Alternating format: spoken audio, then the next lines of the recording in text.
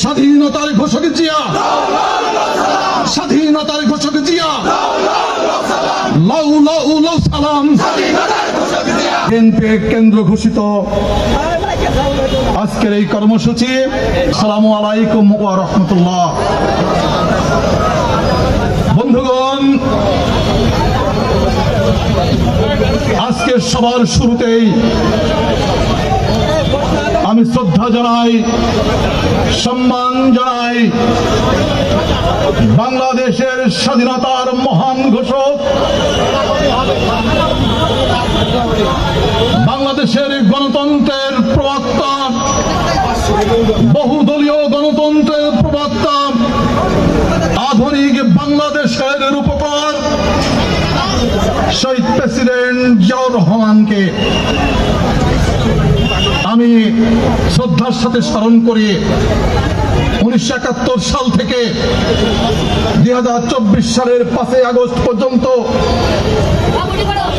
এই বাংলাদেশকে বিনির্মাণ এবং গণতন্ত্র উদ্ধারের জন্য যে সমস্ত ভাই এবং বোনেরা শহীদ হয়েছেন, তাদের আত্মার মাগফিরাত কামনা করি এবং তাদেরকে সম্মান জানাই। বন্ধুগণ,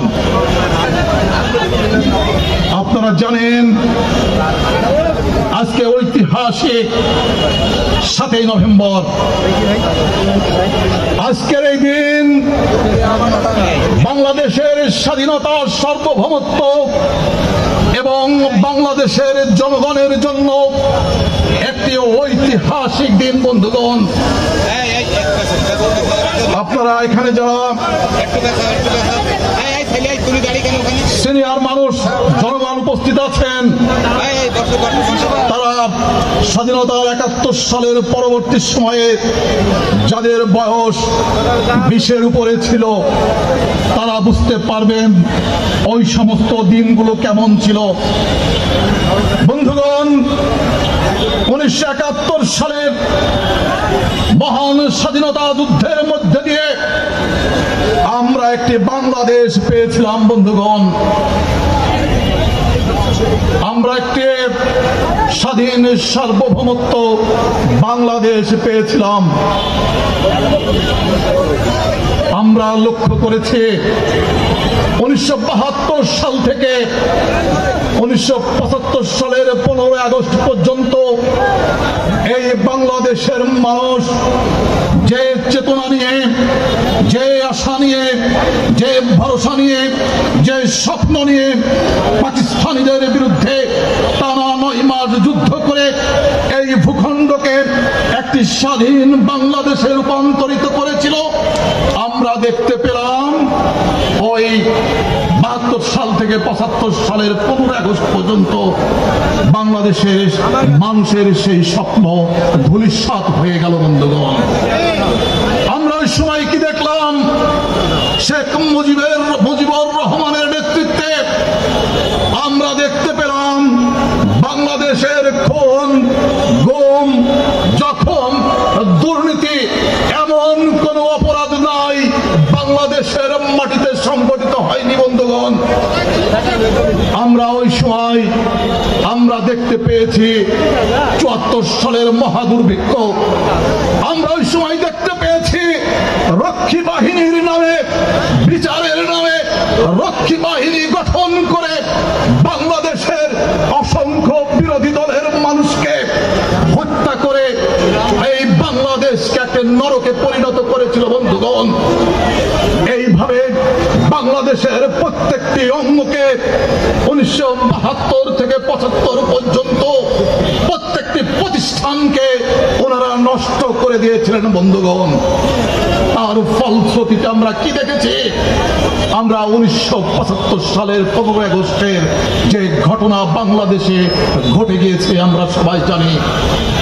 1975 থেকে 15 আগস্টের পরে 6 নভেম্বর পর্যন্ত বাংলাদেশের যে অস্থিরতা ছিল, পাল্টা কু, এর ভিতর দিয়ে 1975 সালের 15 আগস্ট থেকে 1975 সালের 6 নভেম্বর পর্যন্ত বাংলাদেশ একটি অস্থির জনপদে পরিণত হয়েছিল। বন্ধুগণ, ওই সময় বাংলাদেশের মানুষ যখন আবার দিশেহারা, বাংলাদেশের সদ্য স্বাধীন হওয়া বাংলাদেশ যখন আবার পরাধীনতার শৃঙ্খলে আবার আবদ্ধ হওয়ার পথে, আমাদের প্রাণপ্রিয় রাষ্ট্রপতি প্রেসিডেন্ট জিয়াউর রহমান ওই সময় সেনাপ্রধান ছিলেন, তাকে বন্দী করা হলো। তাকে বন্দী করা হয়ে বন্দী করে বাংলাদেশকে একটা আবদ্ধ রাষ্ট্রে পরিণত করেছিল বন্ধুগণ। সেই সময় আমরা লক্ষ্য করেছি জিয়াউর রহমান এত জনপ্রিয় ছিল বাংলাদেশের স্বাধীনতার রক্ষার্থে, বাংলাদেশের জনগণের ভবিষ্যৎ বিনির্মাণে। ওই সময় যারা সিপাহী ছিল তারা বুঝতে পেরেছিল, যদি এই মানুষটাকে আমরা এই বন্দী দশা থেকে যদি রক্ষা না করি, যদি উদ্ধার না করি, তবে বাংলাদেশ আবার পরাধীন হয়ে যাবে। সেই জন্যই ওই সময় সিপাহী যারা ছিল আর্মিতে, তারা আমাদের প্রেসিডেন্টকে উদ্ধার করে নিয়ে এসে জনগণের কাতারে দিয়ে দিলেন বন্ধুগণ। সেই ঢাকা শহর, সেই বাংলাদেশ এখন যারা দেখেছেন তারা জানেন সিপাহী এবং জনতার যে উচ্ছ্বাস, বাংলাদেশের প্রতিটি ঘরে ঘরে যে উচ্ছ্বাস, সেই উচ্ছ্বাস আমরা লক্ষ্য করেছি পরবর্তী প্রেসিডেন্ট জিয়াউর রহমানের 3.5 বছরের শাসনামলে। আমরা কি দেখেছি?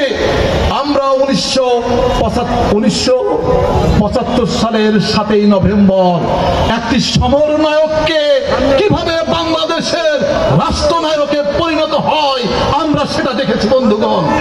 গত 18 বছরে আমরা দেখেছি, আমি ব্যক্তিগতভাবে 18 বার অ্যারেস্ট হয়েছি, 4 বার ক্রসফায়ার দিতে গেছে। বিএনপি মানুষ ডাকলে ভয় পেয়েছে, আমাদের কাছে আসলে হয়তো পুলিশে ধরবে কিংবা আওয়ামী লীগ লিস্ট করবে, কিন্তু 5 তারিখের পরে আমরা দেখেছি বহুত বিএনপি হয়েছে। কিন্তু যারা এই 18 বছর দুঃসময়ে জাভেদ মাসুদ মিল্টনের নেতৃত্বে রাজনীতি করেছেন, অবশ্যই আগামী দিনে তারা রাজনৈতিকভাবে মূল্যায়ন হবে তাদের।